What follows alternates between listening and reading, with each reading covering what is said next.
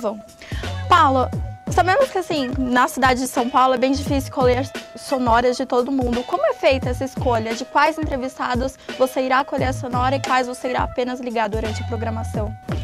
Olha, esse é um trabalho mais do repórter, né? Como eu já fui repórter de rua também, eu posso, claro, responder. Não é um trabalho fácil, né? Normalmente quando a gente chama o povo fala, né? Vai fazer um povo fala, colher respostas de pessoas que estejam na rua.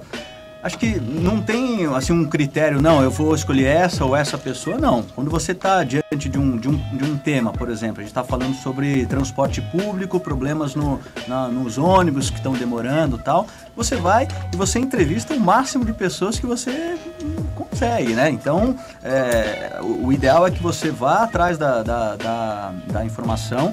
E aí, a partir do momento que você colheu lá diversos depoimentos, você tem condições de ter um julgamento, né?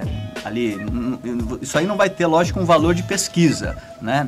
É uma enquete que você está fazendo. A partir do momento que você tem condições de fazer um julgamento em relação àquelas respostas que você teve, que você recebeu, você vai ver aquelas que são mais claras, né, e colocar na sua matéria. Então, isso com relação a você colher informações do público nas ruas. É claro que se você vai fazer uma entrevista por telefone, no rádio, por exemplo, aí você vai, lógico, direto naquela pessoa, naquele entrevistado que você está procurando, de acordo com o tema que você está abordando, né? Então, é voltado a alguma coisa em Brasília, por exemplo, né, relacionada à área de educação. Então, você pega, a gente tem lá uma relação de fontes, né, em cada área, e aí a gente escolhe, vamos falar com esse. Não, esse a gente falou com ele há 2 semanas, então vamos escolher outro. Isso é importante também, você não ir atrás sempre das mesmas fontes, porque o ouvinte, ele quer ouvir, né, vozes e opiniões diferentes na programação, né?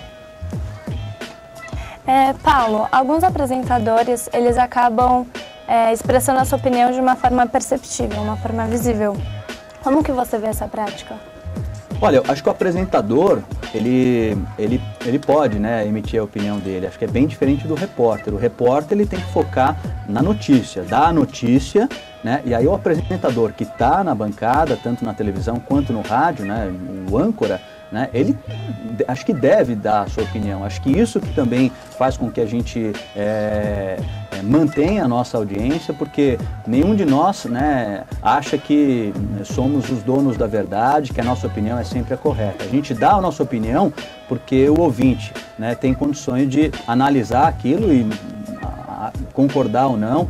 Como eu disse anteriormente, o ouvinte hoje ele é muito participativo, então ele manda e-mail, ele manda mensagem via Facebook, se ele concorda ou não. Então acho que o apresentador, ele tem todo o direito de dar a sua opinião e a gente procura fazer isso. Uma questão que eu acho muito interessante é a gente distinguir o que é imparcialidade e isenção. Então, eu não posso dizer que eu sou imparcial. Tem gente que fala, não, eu sou imparcial. Não, eu como cidadão, eu não sou imparcial. Menos ainda como jornalista, porque diante de uma questão eu tenho a minha opinião. Então, a questão é isenção. Então, você tem que ser isento de ligações com qualquer tipo, vamos dizer, para dar exemplo na área política. Então, é lógico que o jornalista ele não pode ser ligado a nenhum partido político, ele tem que ter isenção para falar, né, das coisas boas e ruins de diversos partidos. Né? Eu já falei isso várias vezes no ar, que sou capaz de identificar muitas coisas boas e ruins feitas, por exemplo, né, nos governos do Lula e do Fernando Henrique Cardoso. Então, você tendo essa isenção, vamos dizer, no ponto de vista da questão política, na questão econômica, por exemplo, o jornalista que está apresentando um programa, ele não pode ter ligação com nenhum grupo econômico, banco ou com alguma empresa, uma construtora, tal, ele não pode ter essa ligação. Né? Porque aí a opinião dele já vai, né, corre o risco de ser direcionada. Então, eu acho que a gente tem que saber diferenciar essas questões aí, né? Vamos dizer, no ponto de vista da questão política, na questão econômica, por exemplo, o jornalista que está apresentando um programa, ele não pode ter ligação com nenhum grupo econômico, banco ou com alguma empresa, uma construtora, tal, ele não pode ter essa ligação. Né? Porque aí a opinião dele já vai, né, corre o risco de ser direcionada. Então, eu acho que a gente tem que saber diferenciar essas questões aí, né? Paulo, no último bloco você disse que não mais quer cargos de chefia. Mas em relação a reportagens e apresentação, o que você prefere? Apresentar os programas ou ir às ruas atrás das reportagens? Olha, essa é uma pergunta difícil, porque felizmente eu estou conseguindo fazer as duas coisas, né? Apesar de ser apresentador de 2 programas, em alguns momentos eu consigo ser repórter também, é o caso da Fórmula 1 e da Fórmula Indy, né? E às vezes também tem alguns eventos, por exemplo, o Prêmio Escola Voluntária, né? Que também eu desde o início fui padrinho das escolas, então estou sempre envolvido com esse prêmio também. É um prêmio lá do Grupo Bandeirantes, da Rádio Bandeirantes, né? Que reúne escolas, né? Que mostram seus projetos sociais, eles fazem matérias mostrando esses projetos, e aí no final do ano tem uma cerimônia de premiação. Então é um momento em que eu posso atuar também como repórter. Então é muito difícil falar o que eu prefiro. Hoje eu estou muito feliz, né, por estar apresentando. Acho que eu consegui matar a minha vontade de ser repórter nos 2 anos em que eu fiquei efetivamente como repórter, né, 2006 e 2007. Fiz várias séries especiais, né? Felizmente eu consegui, né, por já ser um pouco mais antigo na casa lá, isso é claro, eu negociei com eles. Eu fazia também o dia a dia, quando precisava, né? O repórter de rádio, ele não é que nem um repórter de jornal, que ele está numa editoria lá de economia, de internacional, de esporte, não. O repórter de rádio, ele tem que estar preparado para fazer desde o buraco de rua até entrevistar o presidente da República. Então, é um generalista mesmo, né? Então, é lógico que nesse período eu também fiz algumas matérias do dia a dia, quando precisava, mas normalmente eu ficava focado numa grande matéria, uma série, né, sobre violência, sobre câncer, sobre drogas, né? Acho que em 2 anos eu fiz acho que 13 ou 14 séries, que eu ficava assim 2, 3 semanas focado nessa reportagem, entrevistando diversas pessoas, indo a vários lugares, colhendo os depoimentos, e depois tinha lá uma semana inteira para reunir todo esse material e fazer uma grande reportagem e ao ar ao longo da semana inteira, às vezes 5, às vezes 6 capítulos, matérias grandes de 4, às vezes algumas quase 5 minutos, que dentro no rádio é uma enormidade, né? Normalmente uma matéria do dia a dia ela tem 1 minuto e 15, 1 e 20, 1 e meio, entendeu? Então eu pude matar bastante essa vontade de ser repórter nesse período. Por enquanto eu estou muito feliz fazendo a apresentação. Então, Paulo, você cursou jornalismo em uma época que era necessário diploma. Como você vê essa decisão de ter quebrado essa obrigatoriedade? Olha, eu sou a favor do diploma. Eu acho que o diploma fortalece a nossa carreira, acho que é importante o curso de jornalismo, né? Eu posso dizer que eu aprendi muito mais jornalismo trabalhando do que na faculdade, isso é uma realidade. E talvez vocês também daqui a alguns anos vão ter essa noção. Se bem que eu acho que atualmente as faculdades estão mais bem preparadas do que na época que eu fiz. Eu entrei na Casper Libero em 88, e aí como eu era militar do Exército, acabei demorando muito para me formar, fiquei 6 anos lá, saí só em 93.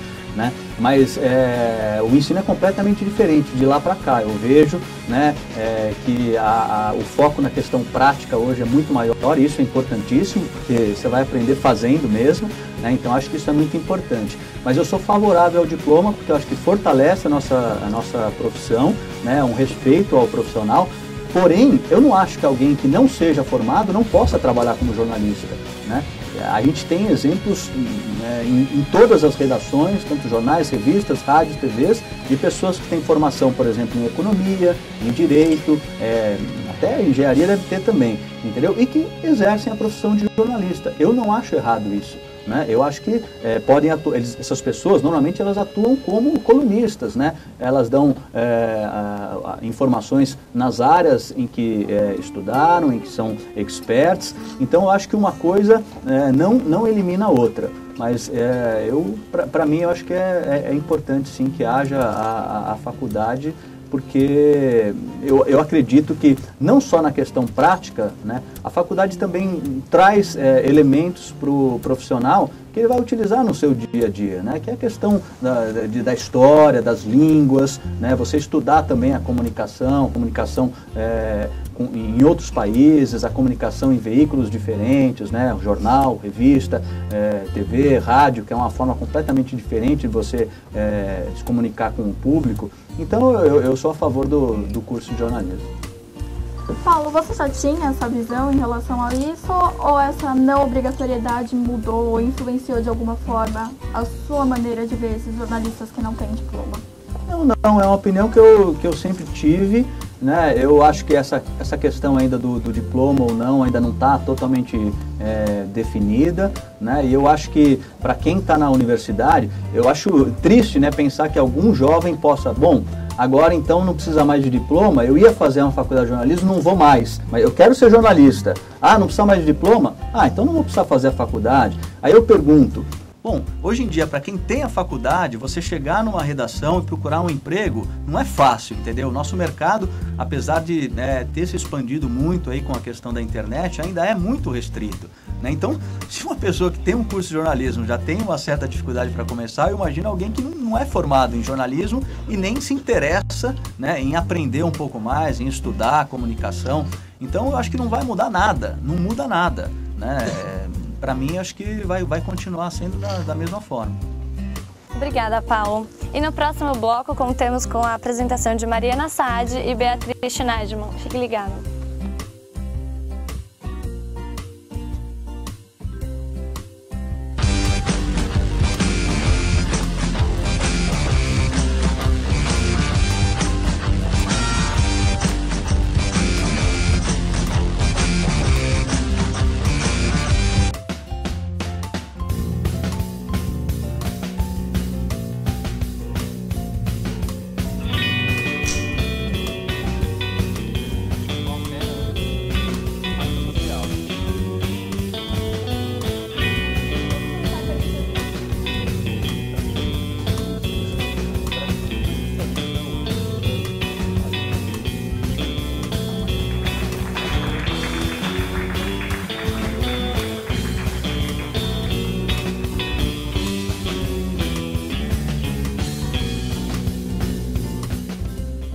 Voltamos a apresentar o SPM Repórter, que hoje conta com a presença de Paulo Galvão.